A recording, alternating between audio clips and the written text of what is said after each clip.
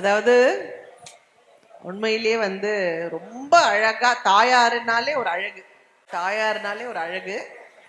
தாயாருக்கு இன்னைக்கு வந்து ஒரு நலங்கு கூட வச்சிருந்தா இன்னும் நல்லா இருந்திருக்கும் அவளுக்கு.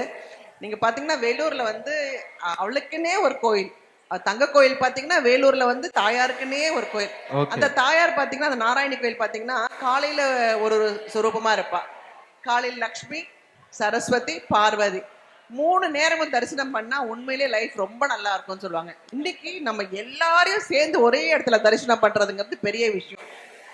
இன்னொன்னு என்னன்னா, அம்மன் கான்டெஸ்ட் உடனே நம்ம என்ன பண்ணுவோம், எல்லா அம்பாலையும் தான் கூட்டிட்டு வருவோம், தாயாரை மறந்துடுவோம்.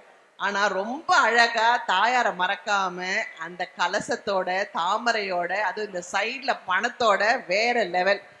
இன்னொன்னு இந்த மடிச்சு உட்காரோம் இல்லையா காலு, அது வந்து ரைட்ல உட்காந்து ரைட்ல வந்து இப்படி கால் வச்சுட்டு உட்காந்துருந்தா, இப்ப லலிதா திரிபுர சுந்தரிலாம் ரைட்ல இப்படி வச்சுட்டு உட்காந்துருந்தானா அது வந்து கல்வி, பேரு, புகழ் எல்லாம் வரும். இந்த லெஃப்ட் மடிச்சு உட்காந்தானா செல்வம், அதை செல்வம் அப்படி கொட்டிகிட்டே இருக்கும் பாருங்க, செல்வம், அப்புறம் பெரிய பெரிய பதவிகள், பெரிய பெரிய லெவல்ல ஒரு 30 வருஷம்னாலும் இவங்க வேற லெவல்ல இருக்காங்கன்னா அது வந்து இந்த லெஃப்ட் லெக் அப்படி மடிச்சு வச்சா இருக்கும்.